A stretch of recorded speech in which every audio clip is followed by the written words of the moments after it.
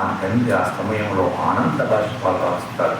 ఆనంద బాష్పాలు రాల్చినప్పుడు ఆ తండ్రి పరమ దివ్యత్వాన్ని పొందుతాడు. చాలు ఈ జన్మకి 10 మంది పిల్లల్లో కన్నా ఒక్కడు నాకు పేరు తీసుకొచ్చాడు అనేటువంటి భావనతో ఆ తండ్రి జన్మ ధన్యమైపోతుంది. అలా ప్రవర్తించడం అలవాటు చేసుకోవాలి కొడుకన్నవాడు.